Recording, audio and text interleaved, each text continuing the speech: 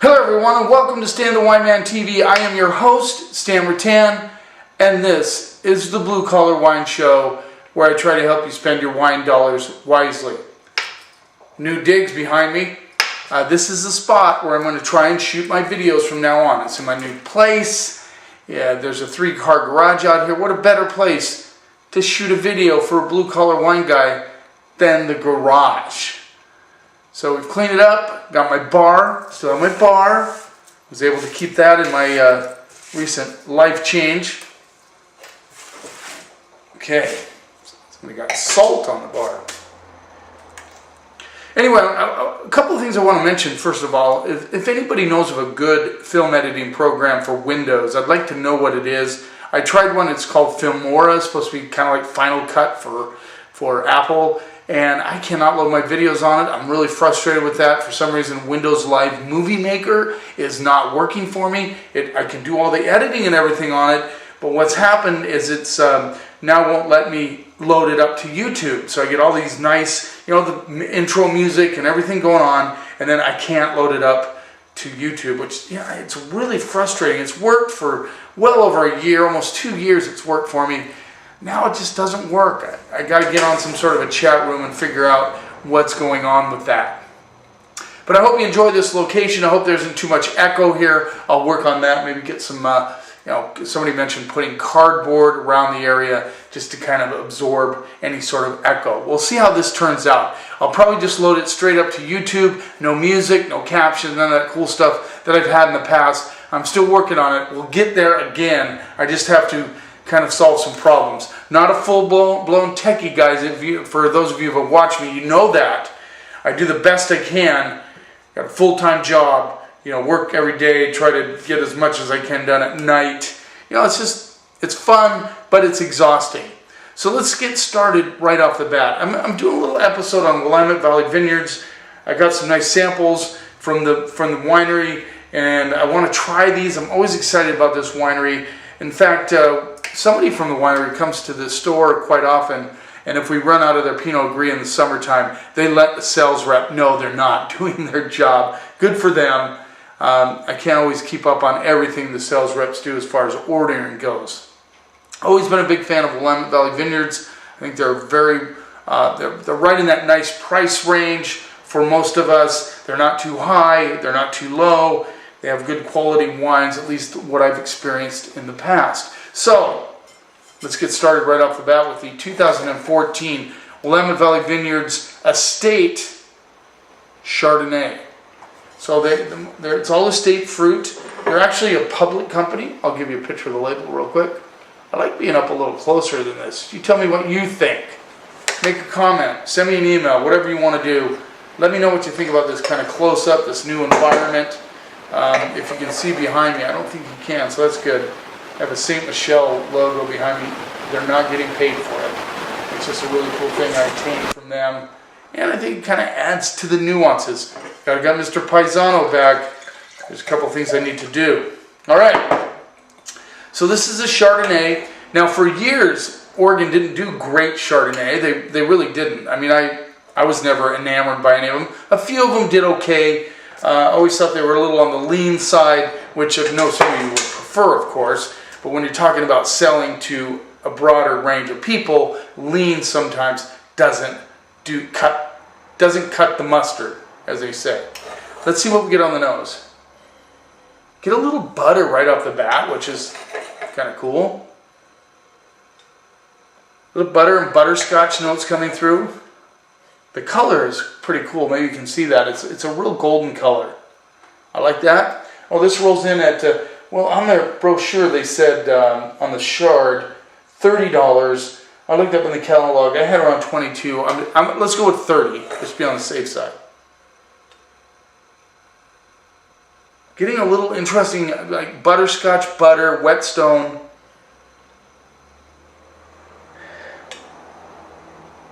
A little pinch of like Asian pear, not quite that full-on Bartlett pear, kind of riper smell, but that Asian pear a little on the leaner side. Alright, let's see what we get on the palate. This is kind of fun to get back at this again. Actually, the last video I put up, I was real frustrated. I did a really cool distilled spirits episode with Sound Liquors. No, is that right?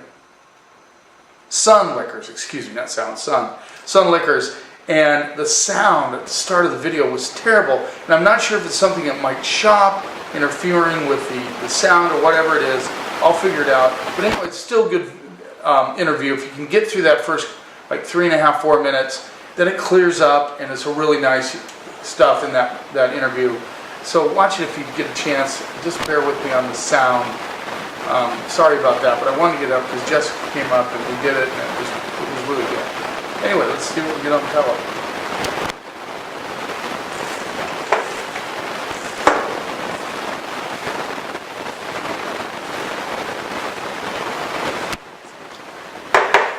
First thing that came to my mind when that hit my mouth was white Burgundy. I'm sure that's what they're shooting for. Let me look up real quick. The winemaker is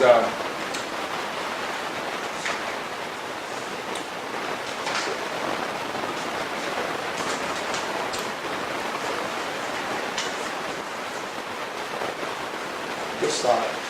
I just read it. The head winemaker Joe Ibrahim, something like that. Anyway, I'm sure that's what he's shooting for. This is very like white Burgundy-ish. It reminds me a little bit. It has that wet stone. It has a little bit more butter than you get on white Burgundy, but it has that nice finesse, that nice, easy kind of feel to it on the palate. But you can tell there's intensity there, and that's one of the things I do like about white Burgundy. It doesn't bash you in the mouth with ripe fruit. It has these subtle nuances. This has those things.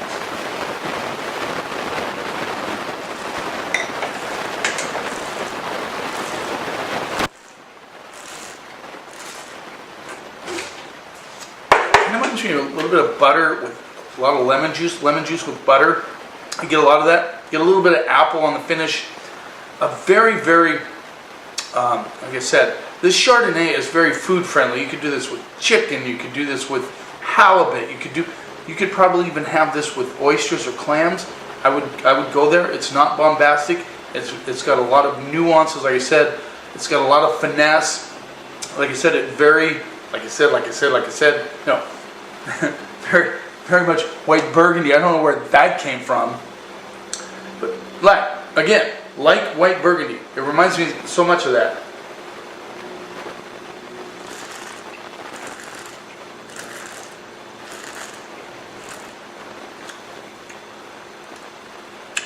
Good finish, very soft, but it has good acid, which I like. A lot of good things about this Chardonnay. I'm going to go B+, A-. For $30, you try and find I'd be hard pressed to find a white Burgundy of this quality for less, or around $30. So, nice job. I think a lot of people will like this. It has enough of that buttery component going on to interest some people that are into that bigger style wine. But if you want a Chardonnay that really matches a lot of different foods, that is very delicious, that is very well balanced and very well made, look at Willamette Valley Vineyards Chardonnay from Willamette Valley. Let's move on. Excited about this one. The 2015, fresh off the blocks, Willamette Valley Vineyards Rosé. So it's a Pinot Noir Rosé. The color is incredible. The only thing I can figure is they leave this on the skins a lot longer. This rolls in at $30 or $19. I think they put 22 on it. What did they put on it? 24 on their brochure. So $24, excuse me, $24. Okay.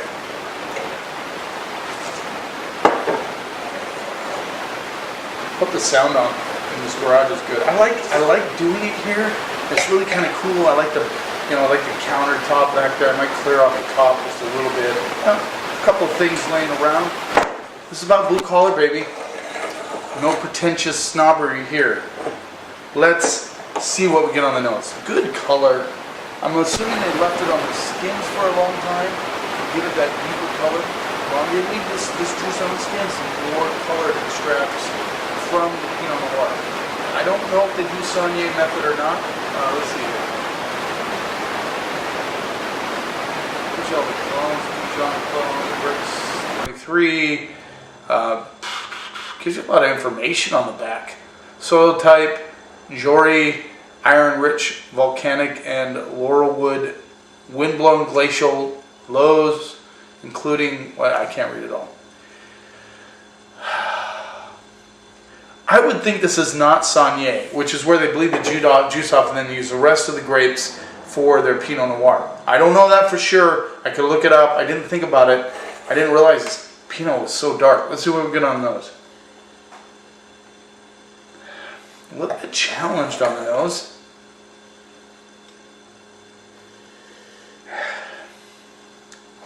I'm having trouble getting anything out of it.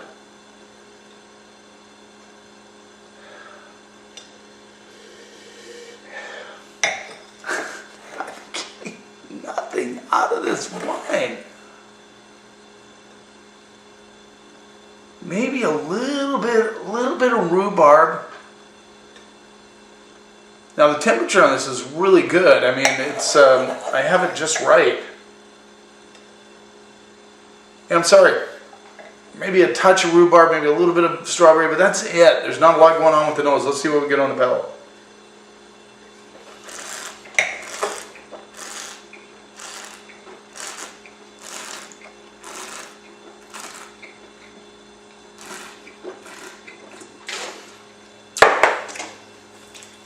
Well, the nose certainly doesn't give away the wine. This is like biting into a whole bunch of really ripe cherries. I mean, it has so much cherry, and then a little bit of root beer underneath that, which is very cool. I mean, this is a delicious, delicious rosé. But here's the cool part: it doesn't go fruit forward. You get that ripe fruit, it's there, but it's dry, which is a real big goal for a lot of rosé makers. You want it dry. This is not bone dry. This is not Provence dry. There's no herbs in this. It is ripe cherries with a little bit of root beer. Hands down, all the way, that's what I'm getting. But it is delicious, and I still taste it. If you like really good ripe cherries, you know, it's almost like Rainier and Bing cherry mixed together.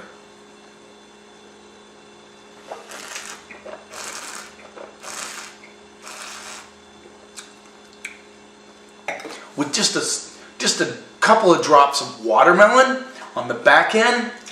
This is a really good, and it finishes dry. It has that delicious factor, and it's dry. Those are all good combinations. I am excited about this rosé. I think you can get it for less than $24 at the store. That's the winery price. And then it has a little cola action right at the back of the finish.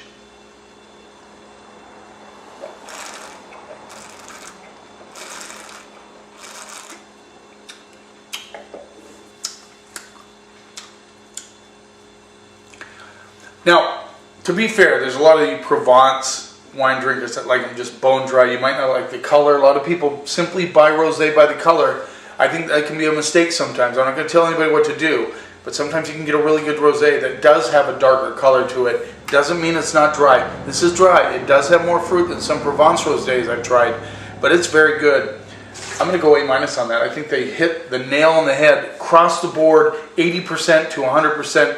Customers will like it, whether you like. Don't shy away from the color. I know it's a darker color, but it is really good rosé. I think you should seek it out. I think you can find it for less than $24. But I'm just going to go what they have here on their little sheet. Let's move on. 2014 Willamette Valley Vineyards Estate. This didn't say estate on the rosé, by the way. I just caught that. Estate Pinot Noir, and this rolls in at $33. Give it a little rinse here. Willamette Valley Vineyards is actually on the stock market. You can actually buy shares in this winery. I was tempted when I read the brochure about buying shares, and I thought, well, I couldn't review their wines if I had any sort of financial connection, so I'm not going to go there. Okay, $33. Fair price for Willamette Valley Vineyard Pinot Noir. Let's get a close-up of the label. There you go. Nice clean label. They've changed it over the years. I really like it. I reviewed their whole cluster Pinot Noir, which I really like. It's a little less than this Pinot, and it is absolutely fabulous. I'm excited to try this 14. There's a lot of good things being said about the 14 vintage, Oregon and Washington and California. So let's see what we get on the nose. So this is a little, again, a little bit darker. You can see that. I get a little tobacco, a little bit of bark. I like it right off the bat. Definitely cherries coming through. I get a little perfumed action. I'm not sure exactly what kind of perfume, but it's like a fruity perfume coming through underneath. Just a little bit of root beer, sarsaparilla. Let's see what we get on the palate. Good nose.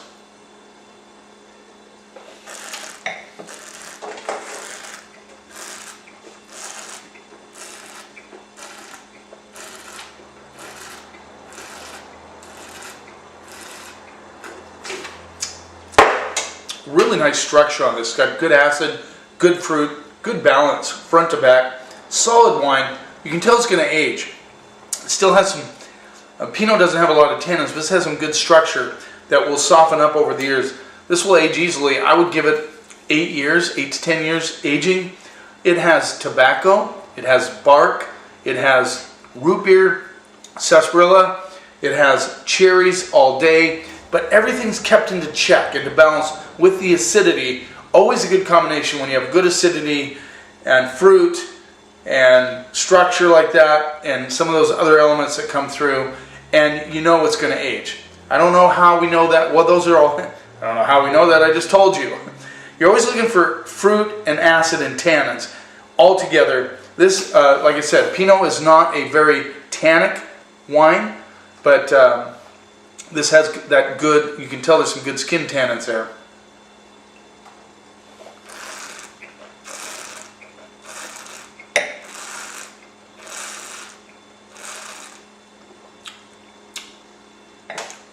A little bit of a chill on this. I'm gonna have to figure out where I'm gonna put these. I don't want them necessarily room temperature.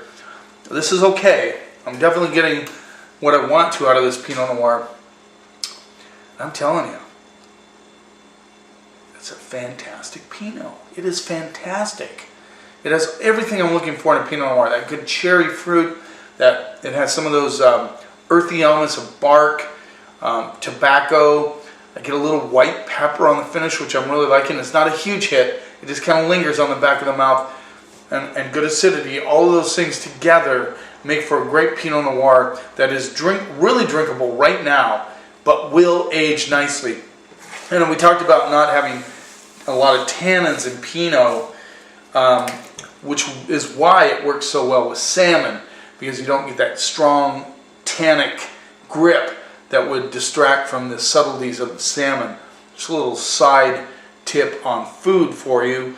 And so Pinot goes really well with salmon. I would really like to have this with salmon right now. I'd really like a chunk of salmon to enjoy with this glass of Pinot. There you go, Willamette Valley Vineyards. I am going to grade the Pinot Noir A-. A-. I think it's fantastic. I think for the money, it's a really good value.